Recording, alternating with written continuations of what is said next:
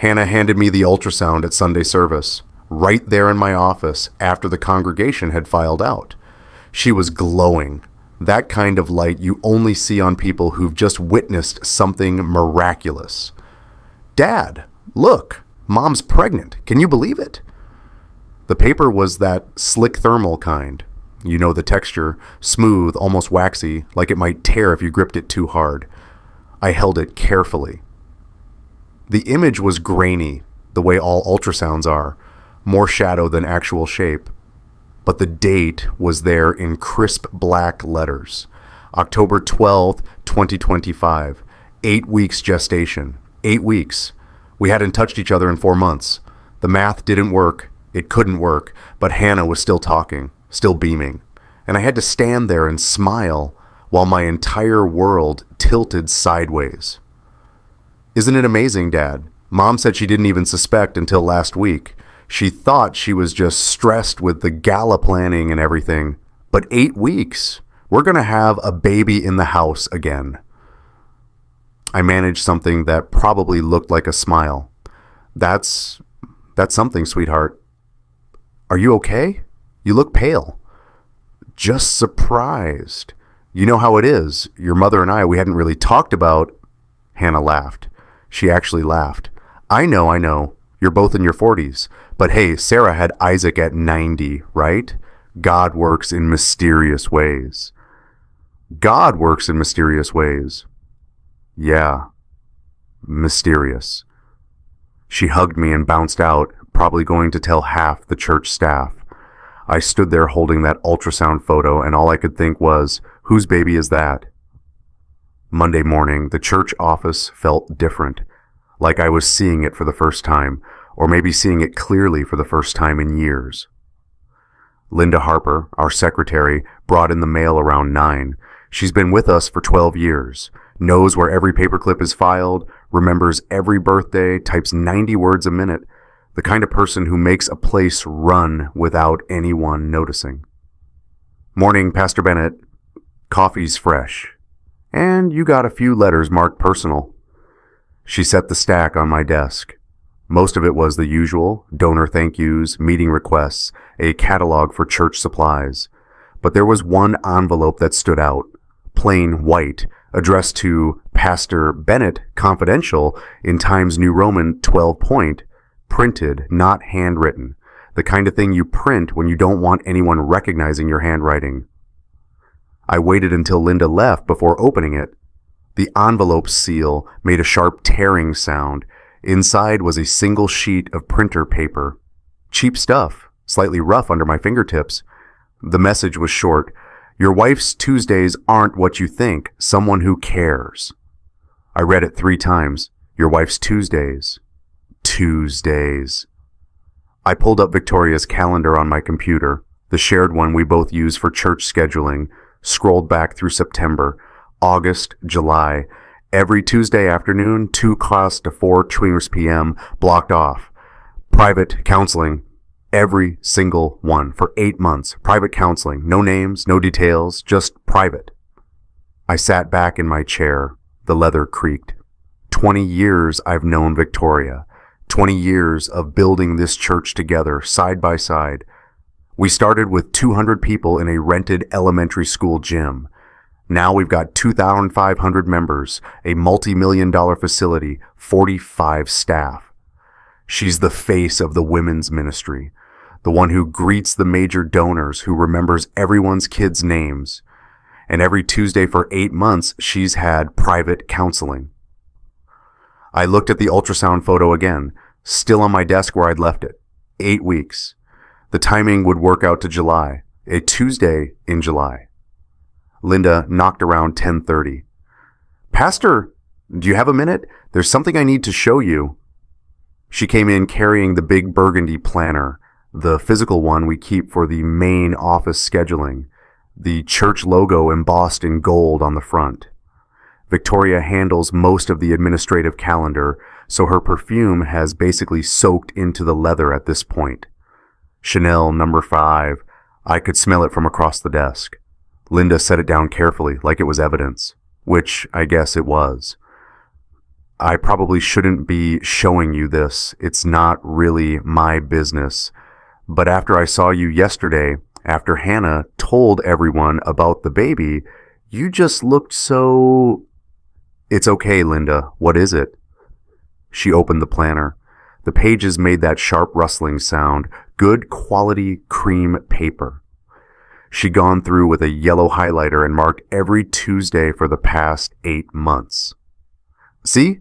2 to 4 p.m. every Tuesday. Private counseling. I manage this calendar, Pastor Bennett. I schedule everything, and I've never once been given a name for these sessions. No intake forms, no counseling notes in the files, nothing. I traced my finger over one of the highlighted entries. The ink had that slightly sweet chemical smell highlighters have. When did this start? March 7th, first Tuesday in March, and it's been every single Tuesday since, except for 2 weeks in June when Victoria was at that women's conference in Atlanta. Did you ever ask her about it? Linda looked uncomfortable. Once, in April, she said they were sensitive cases, women dealing with, marriage issues, affairs, that kind of thing. She said it had to be completely confidential because some of them were members' wives. She said you knew about it. I didn't know about it. I know that now. Linda's hands were shaking slightly. Pastor, I'm not trying to cause trouble, but 8 months of blocked off time with no records. That's not counseling. That's not how we do things here. And the letter you got this morning, I saw the envelope. I didn't read it, but I saw confidential. And I thought you should know about the pattern. The pattern. Because it was a pattern, wasn't it? Not random, not occasional. Every single Tuesday. Like clockwork. Thank you, Linda. You did the right thing. She left, closing the door softly behind her. I sat there looking at that calendar. 8 months of Tuesdays. The leather-bound evidence of something I didn't want to believe.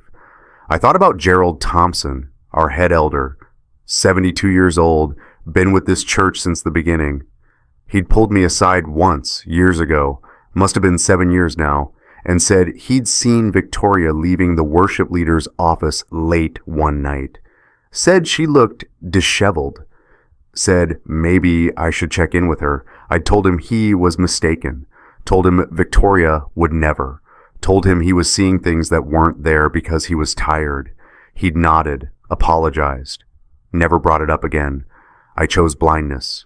Even when someone I trusted tried to warn me, I chose not to see. Have you ever known something was wrong, but couldn't prove it yet? That feeling when the pieces don't quite fit, but everyone around you is telling you everything's fine. You're just imagining things. If you've felt that, if you've been in that space between suspicion and certainty, just type, I knew in the comments. You're not crazy, you're not paranoid, and you're not alone. Sometimes your gut knows before your brain catches up. Wednesday afternoon, I had a meeting with the youth ministry team. 15 volunteers, all passionate, all dedicated. Ryan Mitchell, our youth pastor, runs these meetings. He's 28, been with us for 3 years. Got his seminary degree from Vanderbilt, came highly recommended, good with the kids, great at organizing events. Hannah adores him, which makes sense since they're engaged. Wedding in February, 8 weeks away. Ryan was standing at the front of the room going over the winter retreat schedule when I noticed it. A necklace, bronze cross on a silver chain, maybe an inch tall, nothing flashy. The kind of thing you might not notice if you weren't looking, but I was looking because it was clicking against his shirt buttons every time he moved. Metal on plastic. A small sound, but I heard it, and I recognized it. Last year, our 20th anniversary, I spent 3 weeks trying to find the perfect gift for Victoria. She loves meaningful jewelry, not expensive necessarily, but thoughtful. I found this bronze cross at a artisan shop downtown, had it engraved on the back, VR. I thought it stood for Victoria's resolve, something about her faith, her strength. $2,400, not because of the materials, but because it was handmade, blessed by a metal smith who's also an ordained minister, one-of-a-kind piece. And Ryan Mitchell was wearing it around his neck. He leaned forward to point at something on the whiteboard, and the cross swung free from his collar. I could see the back of it. 2 letters engraved, VR.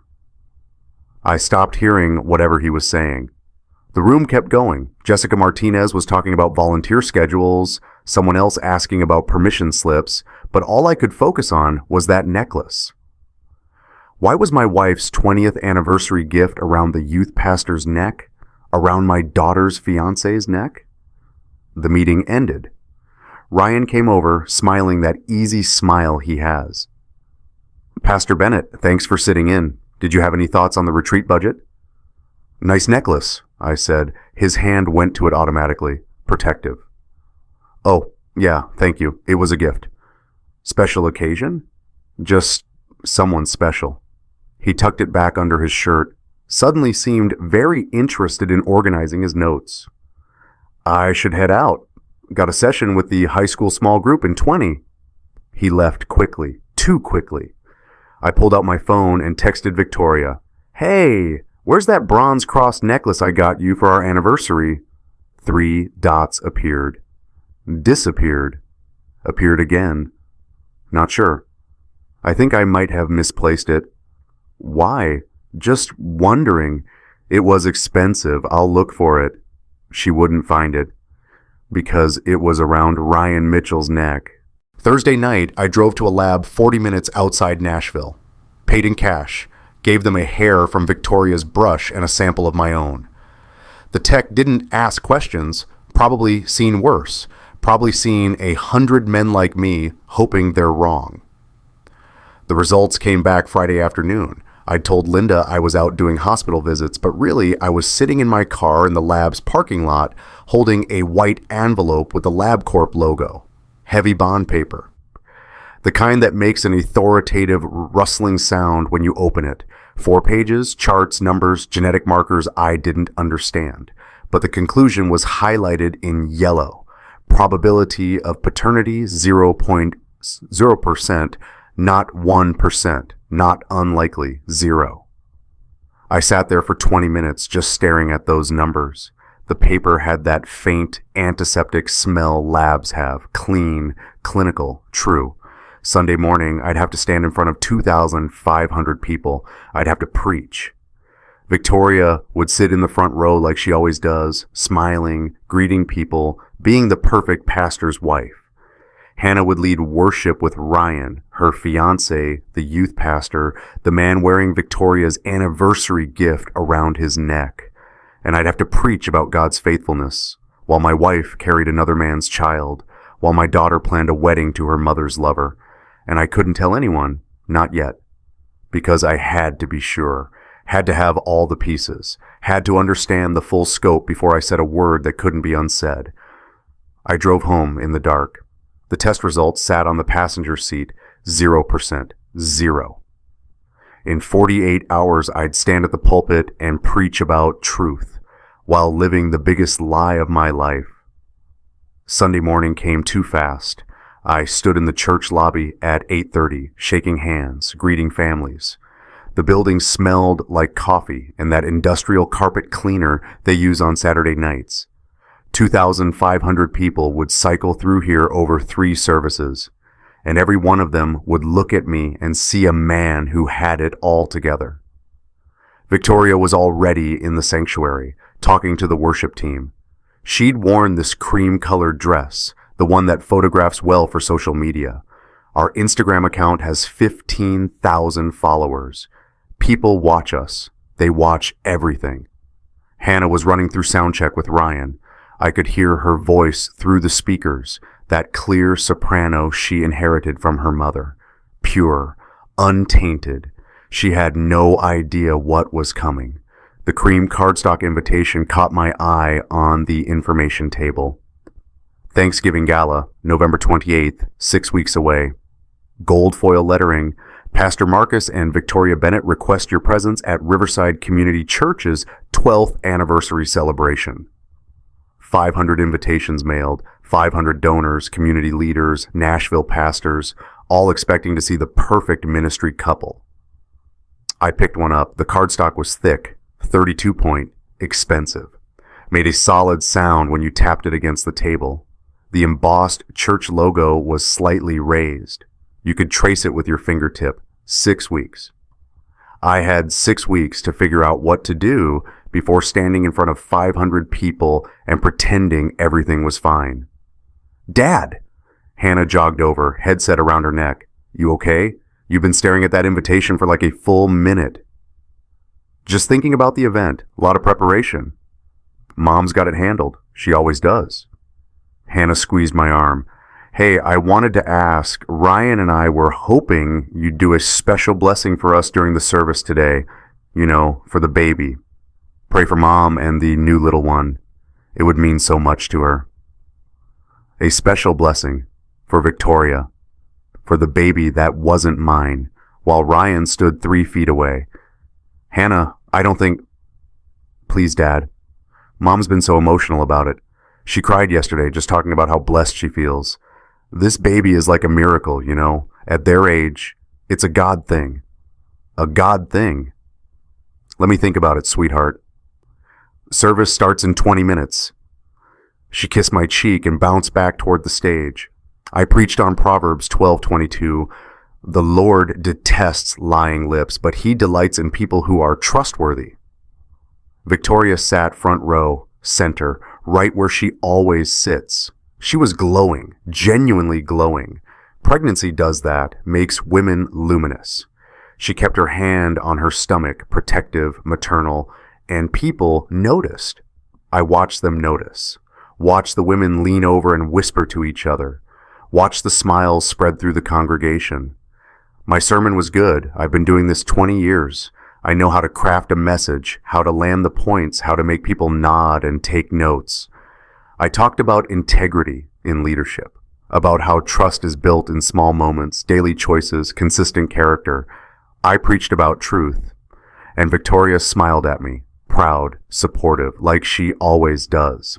2,500 people hanging on every word. The live stream had 1,200 viewers online.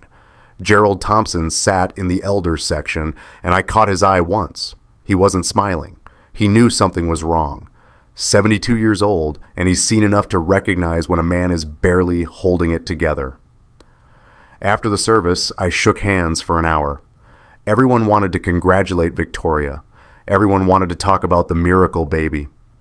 Someone joked, I don't even remember who, Ryan's been such a good addition to the staff. He's like Victoria's backup husband around here. Everyone laughed. Victoria laughed. Oh, stop. But he has been wonderful. I've been counseling him on relationship wisdom, you know, helping him prepare for marriage. More laughter. Just a joke. Just church family banter. But I watched Ryan's face. Watched the color drain. Watched him tuck that bronze cross deeper under his collar. Monday morning, Linda knocked on my office door before I'd even finished my first coffee. Pastor, I'm sorry, but you need to see this. She had papers, church credit card statements, the ones that go through accounting before they hit my desk for approval. White paper with the blue Riverside logo at the top. I was reconciling September expenses and I noticed some charges that seemed off. She spread them out on my desk. The paper had that crisp corporate quality. Professional, official, damning. Marriott downtown Nashville. 12 charges over the past 8 months. Everyone on a Tuesday afternoon. Room bookings, 2 to 4 hours each. Room service charges, champagne, oysters, steak dinners. These are all on Victoria's corporate card, Linda said quietly. The one we issue to administrative staff for client meetings and conferences. I picked up one statement. July the 16th, room 847. $285 for the room, $180 for champagne, $95 for seafood tower. Charged at 2:47 p.m., July the 16th, a Tuesday. How much total? For the hotel rooms alone, $8,900. But Pastor, Linda pulled out another statement. There's more. Client dinners at restaurants we don't have clients at, conference registrations for events she never attended, gifts purchased on the church account, including a professional knife set for $3,500 back in June. A knife set for Linda caught herself, looked confused. I'm sorry, the receipt just says professional culinary equipment, but I remember her mentioning it was a gift for someone on staff. I assumed it was for the church kitchen. Professional knife set, $3,500. I thought about Ryan's apartment, thought about the cooking show he's always watching, the meals he brings to staff meetings. Linda added all up, every questionable charge over the past 8 months. She'd already done the math. I could see it in her face. $43,700. $43,000 of church money, donor money, people who tithe faithfully, who give sacrificially, who trust us to be good stewards. Victoria hadn't just betrayed me, she'd stolen from the church. Linda, I need you to make copies of all of this, dated, notarized, and I need you to keep the originals somewhere safe. Not here, not your desk. Home safe, bank deposit box, somewhere no one can access. Are you going to the board? Yes, but not yet. Not until I have everything. She gathered the papers, hands shaking slightly. Pastor Bennett, I'm scared. If Victoria finds out I showed you this, she won't. You did exactly what you were supposed to do. You protected the church. After she left, I sat there looking at those credit card statements, 12 hotel rooms, 12 Tuesdays, all charged to the church. Victoria wasn't just having an affair. She was embezzling, systematic, calculated over months, and I'd been too blind to see it. That evening, I drove to Gerald Thompson's house. He lives in a modest ranch-style place in Green Hills, same house he's had for 40 years. His wife, Eleanor, answered the door. Marcus, what a surprise. Come in, Gerald's in the den. Gerald was in his recliner, reading. He looked up, saw my face, and closed the book immediately. Eleanor, honey, could you give us the room? She knew. Wives always know. She squeezed my shoulder on her way out. I sat on the couch across from Gerald. For a long minute, neither of us said anything. How long have you known? I finally asked. Known what, exactly? That I should have listened to you 7 years ago, when you told me about Victoria and the worship leader.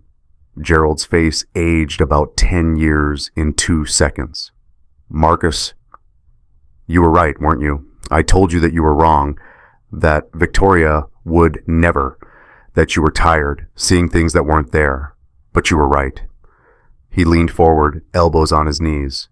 I caught her coming out of Brad's office, 11 at night on a Thursday, lipstick smudged, hair disheveled.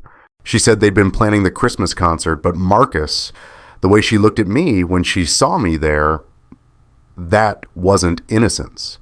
That was someone who'd been caught. What did Brad say? He resigned 3 weeks later, said God was calling him to missionary work in Thailand, left the country. Gerald's voice got thick. I should have pushed harder, should have documented it, gone to the board, made you see. But you were so sure, so convinced of her integrity. And I thought, maybe I was wrong. Maybe I was just a cynical old man seeing shadows. You weren't wrong. What happened? I told him everything. The ultrasound, the paternity test, the calendar, the bronze cross, the hotel charges. When I finished, Gerald was crying. Actually crying, tears running down his weathered face. I failed you, son. 7 years ago, I could have stopped this. Could have protected you, protected the church. But I let you dismiss it. I let myself be convinced I was mistaken. You tried to warn me. I chose blindness. We both did. He wiped his eyes. What are you going to do? I don't know yet, but I need to know. Honestly, did you ever suspect about Ryan? Gerald's silence was answer enough. How long? About 6 months. I saw them at dinner once, downtown, that Italian place on 5th. They weren't doing anything inappropriate, just talking. But the way they looked at each other, It reminded me of how Victoria looked at Brad. He paused. Marcus, I know Ryan's engaged to Hannah. I know this complicates everything. That's why I didn't say anything. I thought maybe I was paranoid. Maybe I was seeing patterns that weren't there because of what happened before. The patterns are there. They're just worse than either of us imagined. If you were me 7 years ago and your mentor said your wife was unfaithful, would you believe your mentor and investigate? Type investigate. Or would you trust your wife and dismiss the warning? Type trust. Be honest. What would you have done? I chose trust. I chose to believe the woman I loved over the mentor who'd known me since I was 27 years old. That's not weakness. That's human. That's what love does. It blinds you to things you don't want to see until you can't unsee them anymore. Wednesday night, I asked Ryan to meet me in the sanctuary after hours, just the two of us. He showed up at 9, looking nervous. The building was empty except for the security lights. Our footsteps echoed on the tile floors. Pastor Bennett, is everything okay? Your text sounded urgent. Sit down, Ryan. We sat in the front pew, the same pew where I'd counseled dozens of couples over the years, where I'd prayed with people through divorces, deaths, betrayals. Never thought I'd be sitting here as the betrayed. I need you to be honest with me, I said, and I need you to understand that I already know most of it, so don't lie to protect yourself. It's too late for that. His face went pale. I don't know what the necklace you're wearing, the bronze cross. Where did you get it? His hand went to his collar automatically. Protective. Guilty. It was a gift. From whom? Pastor Bennett. From my wife. From Victoria. The necklace I bought her for our 20th anniversary that I had engraved. That cost $2,400. My voice was steady. Too steady. You're wearing my wife's jewelry, Ryan. You're engaged to my daughter, and you've been sleeping with my wife for 8 months. He stood up, sat back down, stood up again. I never meant, she said you didn't understand her, that you were married to the church, not to her, that you'd become distant, cold. She said, did she tell you about the baby? His face went from pale to white, actually white. What baby? Victoria is pregnant, 8 weeks. She announced it at church on Sunday. You didn't know. No, He was shaking. She can't be. We were careful. Were you? I pulled out my phone, showed him a photo of the ultrasound. Because the timeline matches perfectly with your Tuesday afternoon counseling sessions, the ones she blocked off every week for 8 months, the ones at the Marriott downtown, room 847. Ryan sat down hard, put his head in his hands. She told me it was over with you, that you hadn't touched her in a year, that you'd suggested separation, but wanted to wait until after Hannah's wedding to announce it. She said you'd agreed to let her find happiness with someone else. I never said any of that. I know that now. His voice broke. Oh God, Hannah doesn't know, not yet. You have to believe me. I genuinely thought I was helping her, helping Victoria. She seemed so lonely, so underappreciated. And when she started confiding in me about your marriage, I thought I was being pastoral, being supportive. By the time I realized what was happening, what we were becoming, I was already in love with her. I thought I was. But now, he pulled the necklace off, set it on the pew between us. The bronze cross clicked against the wood. She's been manipulating me, playing me, just like she's been playing you. The baby might be yours, Ryan. Did you consider that? His face crumpled. I have to tell Hannah. No. What? You don't get to destroy my daughter's life to ease your guilt. Not yet. Not until I understand the full scope of this. Not until I know how to protect her. But she's planning a wedding. I know what she's planning. I stood up. This is what's going to happen. You're going to stay away from Victoria. No more counseling sessions, no more private meetings. And you're going to think very carefully about whether you deserve my daughter. whether you're capable of the kind of integrity marriage requires. Pastor Bennett, I'm so sorry. Give me your resignation letter by Friday. What? You heard me. Resign. Personal reasons. Moving on to other opportunities. I'll make sure you have good references, but you're done here. He started crying then, actually sobbing, 28 years old and crying like a child who'd been caught stealing. I left him there in the sanctuary, left the bronze cross on the pew, some things you can't take back. Thursday evening, I was working late when Hannah showed up at my office. She didn't knock, just walked in and closed the door behind her.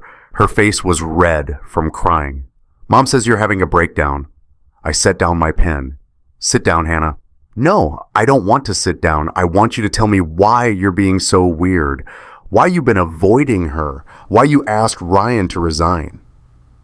How do you know about that? He told me. He called me crying, Dad. Crying. Said you fired him for no reason. That you've been acting paranoid and jealous. That you think he and Mom are... She couldn't even say it. Hannah, this is because you're insecure, isn't it? Because Mom is pregnant and happy, and you can't stand that she's getting attention. You've always been like this.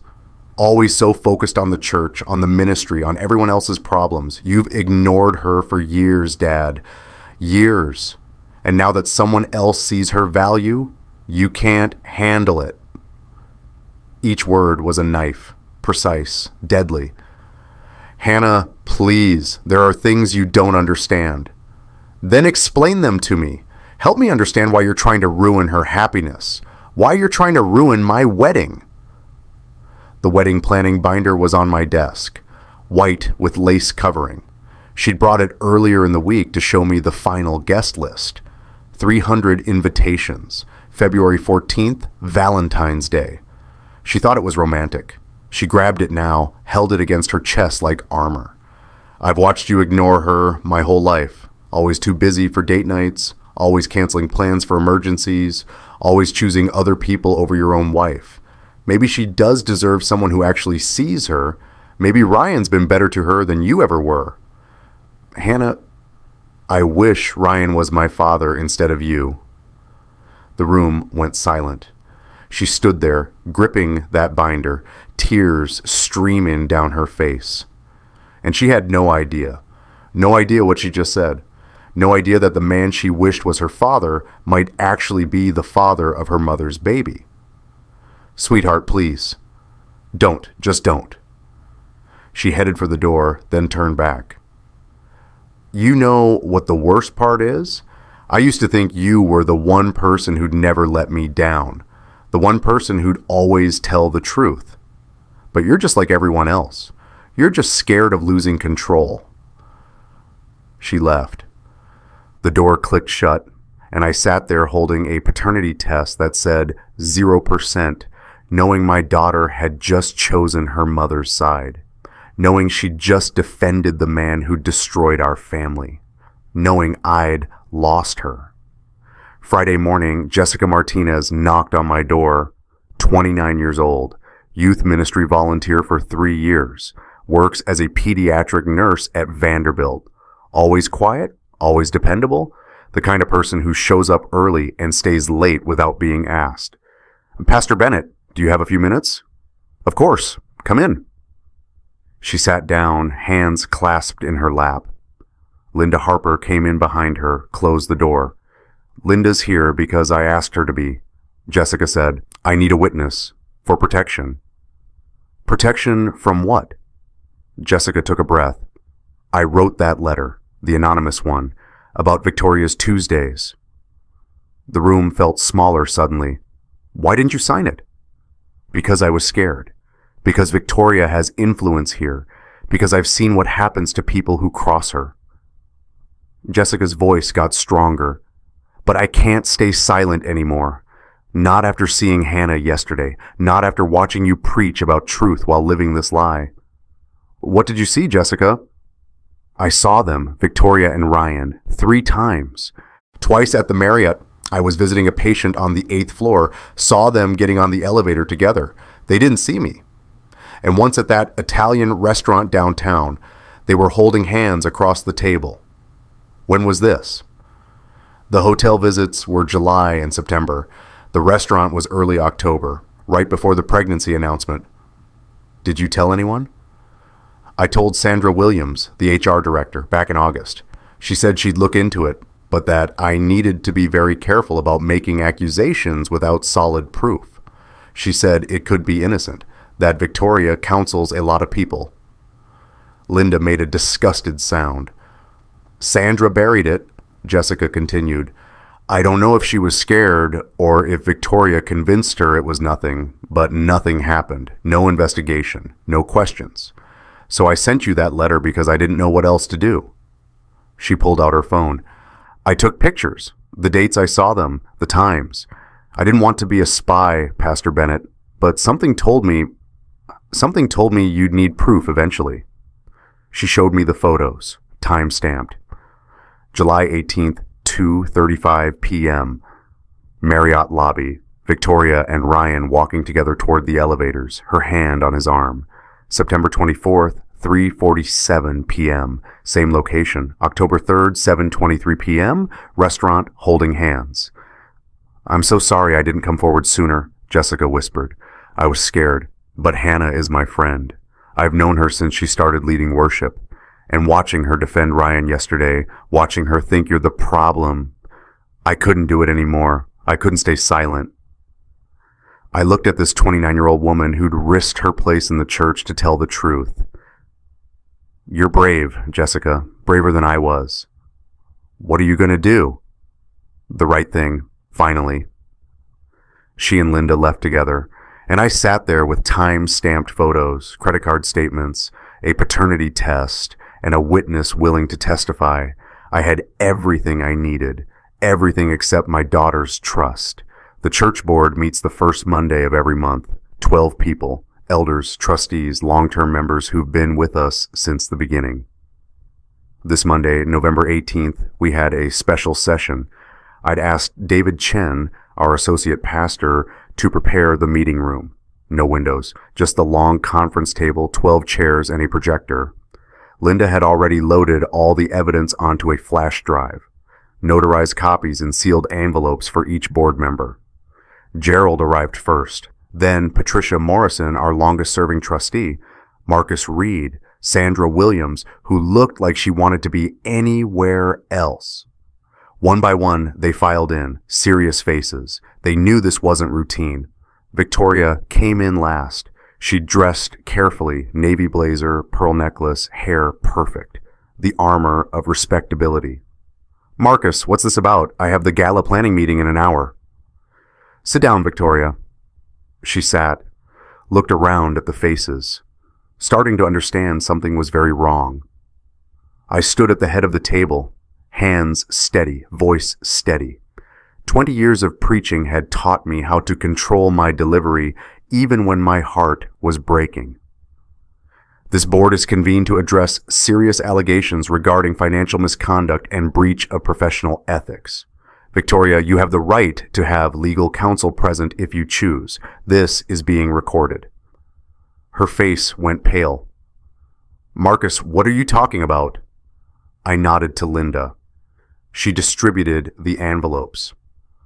What you're holding is documentation of $43,700 in unauthorized charges on church credit cards over the past 8 months.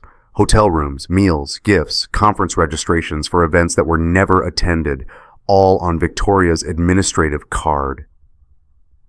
Sandra Williams opened her envelope. I watched her face change as she realized what she was seeing. Additionally, I continued, there's documented evidence of a pattern of blocked calendar time listed as counseling sessions with no intake forms, no records, and no accountability. 12 hotel room bookings at the Marriott downtown, all on Tuesday afternoons, all coinciding with these blocked calendar times. Victoria stood up. This is ridiculous. Those were legitimate business expenses, client meetings, donor cultivation. With Ryan Mitchell? The room went silent.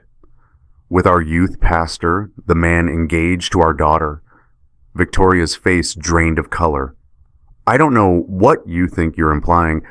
I'm not implying anything. I'm stating facts. I pulled up the first photo on the projector. Jessica's timestamp, July 18th. Victoria and Ryan in the Marriott lobby. This is one of 3 documented occasions where you and Ryan were observed together at locations charged to church accounts. We were counseling. He's getting married. He needed guidance. Where are the counseling notes, Victoria? Where are the intake forms? Where's the documentation we require for every counseling session conducted under church auspices? She had no answer. I pulled up the next slide. The church calendar, 8 months of highlighted Tuesdays. Every Tuesday for 8 months, 2 to 4 p.m., private counseling. Linda Harper, as office manager, has testified that she was instructed these were confidential marriage counseling sessions. But there are no records, no paperwork, nothing that would comply with our counseling protocols or pastoral care standards. Gerald spoke up, voice heavy. Victoria, this board has a duty to protect this church and its members. If you have an explanation for these charges, for this pattern, now is the time to provide it. Victoria looked around the table, saw no allies, saw people she'd worked with for years, looking at her with disappointment and disgust. I want a lawyer. That's your right, I said. This meeting is adjourned pending legal review. However, effective immediately, you are suspended from all church duties, all administrative access is revoked, and your corporate credit card is canceled. A forensic audit will be conducted. If you wish to resign, we will accept that resignation. If not, this board will vote on termination next week. You can't do this. We already have. I looked at each board member. All in favor of immediate suspension pending investigation. 11 hands went up. Victoria looked at me. You're really going to do this? Publicly humiliate me? Destroy our family over what? Over me trying to help a young pastor prepare for marriage? No, I said quietly. I'm going to hold you accountable for embezzling from the church, for violating every ethical standard we uphold, and for lying to this congregation for 8 months. The family destruction, you did that yourself. She grabbed her purse, headed for the door, turned back. The baby, Marcus, your grandchild, you're willing to destroy that too. The baby deserves better than to be raised in a foundation of lies. She left. The door clicked shut. Gerald looked at me. Are you okay, son? No, but I will be. The Thanksgiving gala was 10 days later, November 28th. We'd considered canceling. Some board members thought it would be inappropriate given the circumstances, but I argued against it. 500 invitations had been sent. 500 donors and community leaders were expecting to see this church's leadership. They needed to see what leadership actually looked like. Victoria wasn't there. She'd moved out 3 days after the board meeting, went to stay with her sister in Memphis. Her lawyer had sent the resignation letter, quiet, professional. No admission of guilt, just a vague statement about pursuing other opportunities and time for personal growth. Ryan had resigned the same week, left town. I heard he was staying with his parents in Atlanta, trying to figure out what was left of his life. Hannah still wasn't speaking to me. The ballroom of the Grand Hyatt was decorated in gold and burgundy, church colors. 500 people in evening wear, drinks in hand, making small talk.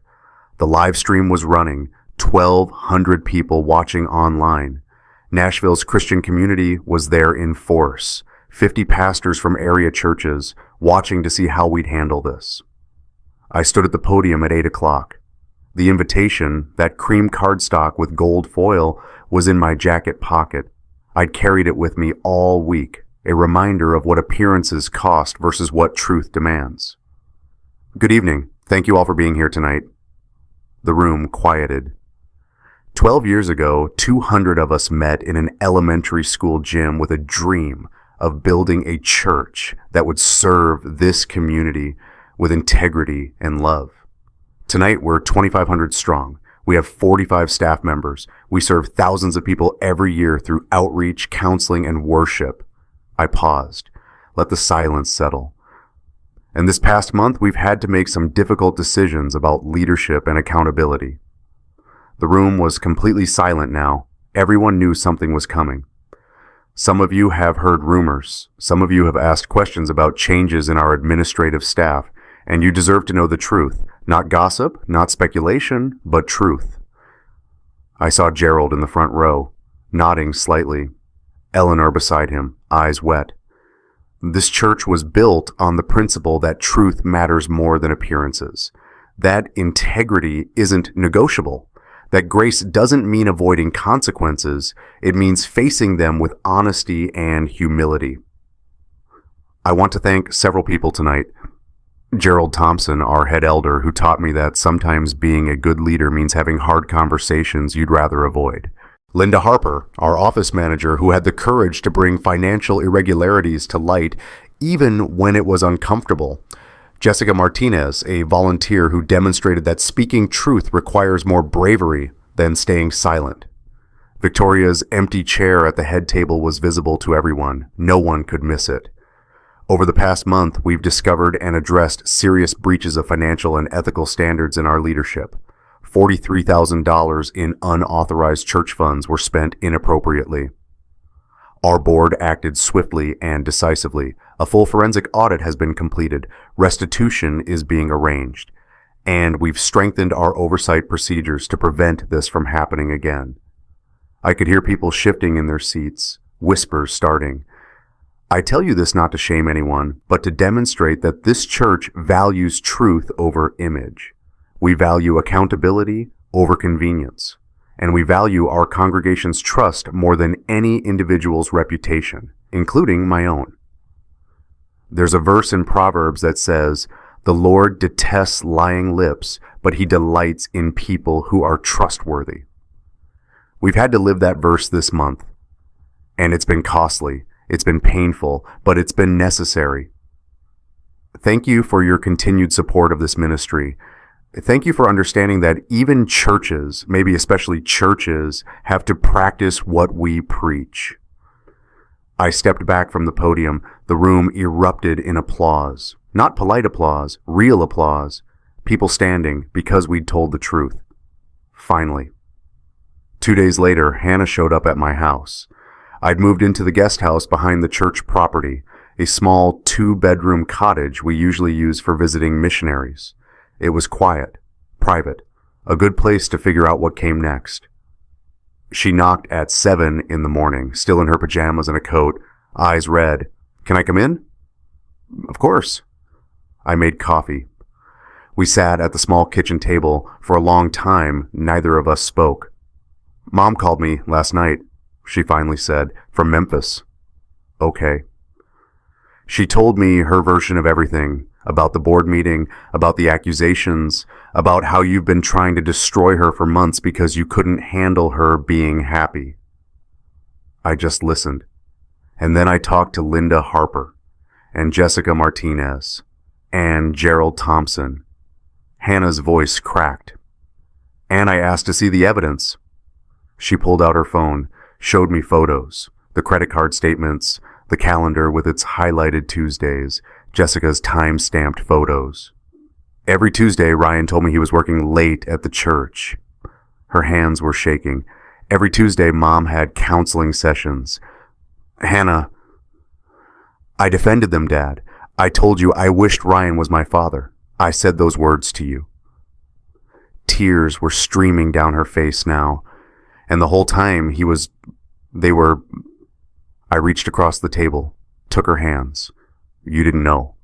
But you knew, and you tried to protect me, and I called you paranoid. I said you were having a breakdown. I chose them over you. You chose to believe the best about the people you love. That's not wrong, Hannah. That's human." The baby, she could barely get the words out. "Is it? I don't know if it's Ryan's. I know it's not mine. We'll have to wait until the baby's born for a definitive test. But the timeline..." I couldn't finish that sentence. Hannah put her head in her hands and sobbed. Great, wrenching sobs. The sound of someone's worldview shattering. I got up, went around the table, held her while she cried. My daughter, 21 years old and learning that the people you love most can destroy you deepest. What do I do now? She whispered. The wedding is in 11 weeks, 300 invitations sent, deposits paid, everyone expecting. You call it off. Just like that? Just like that. Anyone who loves you will understand. Anyone who doesn't understand doesn't matter.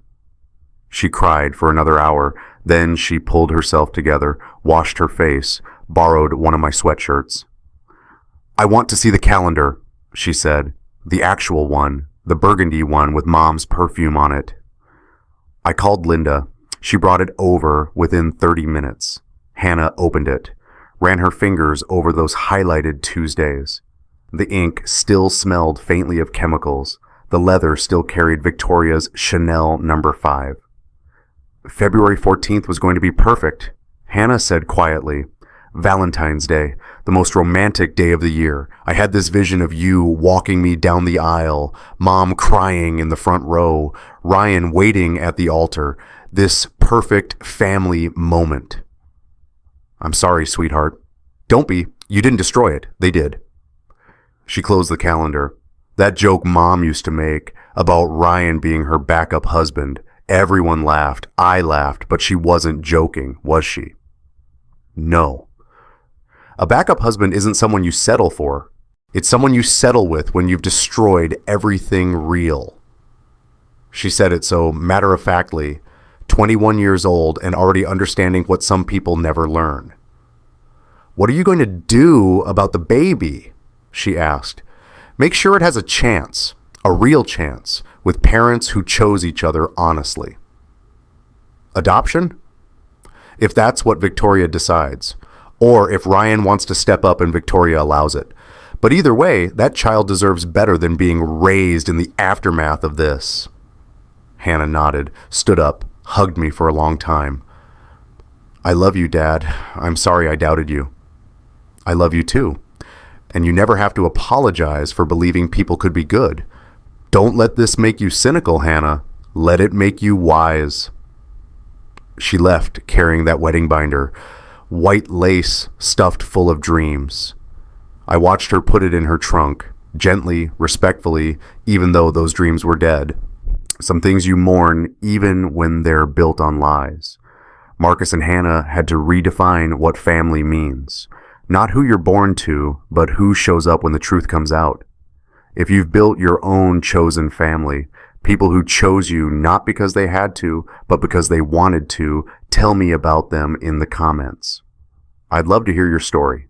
And if this story moved you, if it meant something, subscribe. I tell stories about people who choose truth over comfort, about families that survive what should destroy them. I'll see you in the next one. That night I went back to the Hyatt. The gala had been Saturday. This was Monday. The ballroom was empty, being cleaned for the next event. The staff let me in, recognized me, probably figured I'd forgotten something. I stood at the podium where I'd given that speech. Confetti was still on the floor in places, gold and burgundy, church colors. The tables were stacked against the walls, chairs folded. The space looked bigger empty, echoed more. I pulled out my wedding ring. 20 years I'd worn it. Gold band, simple, engraved inside with our wedding date, June 12th, 2005.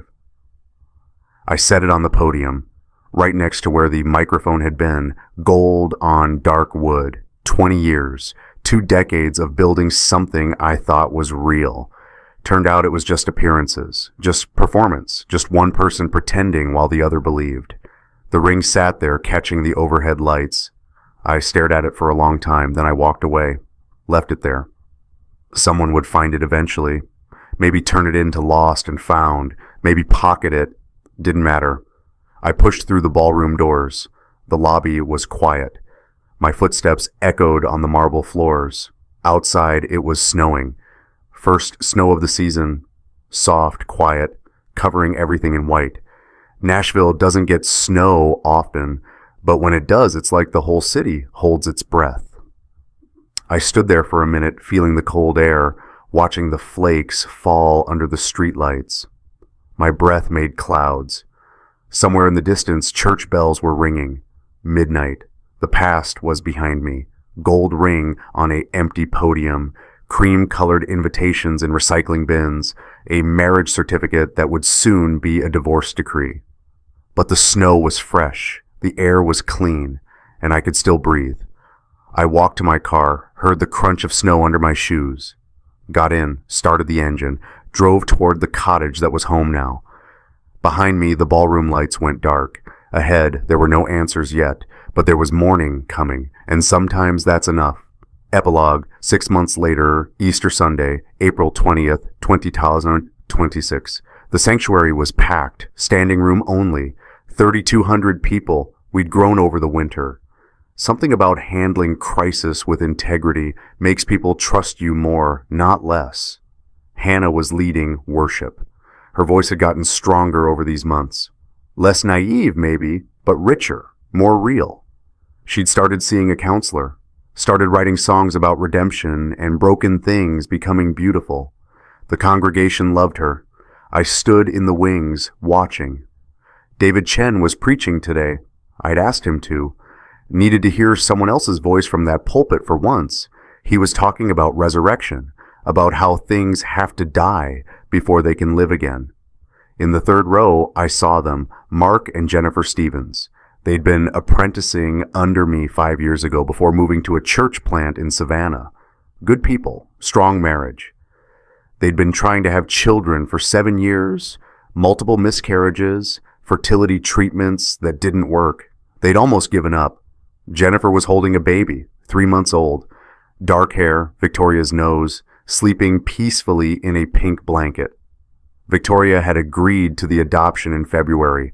Ryan had agreed too after the paternity test came back positive. Neither of them wanted to raise a child conceived in destruction. Maybe that was the most unselfish thing either of them had ever done. I'd facilitated the placement, called Mark and Jennifer personally. They'd driven up within 24 hours, sat in my office with tears running down their faces. "We'll love this baby," Mark had said.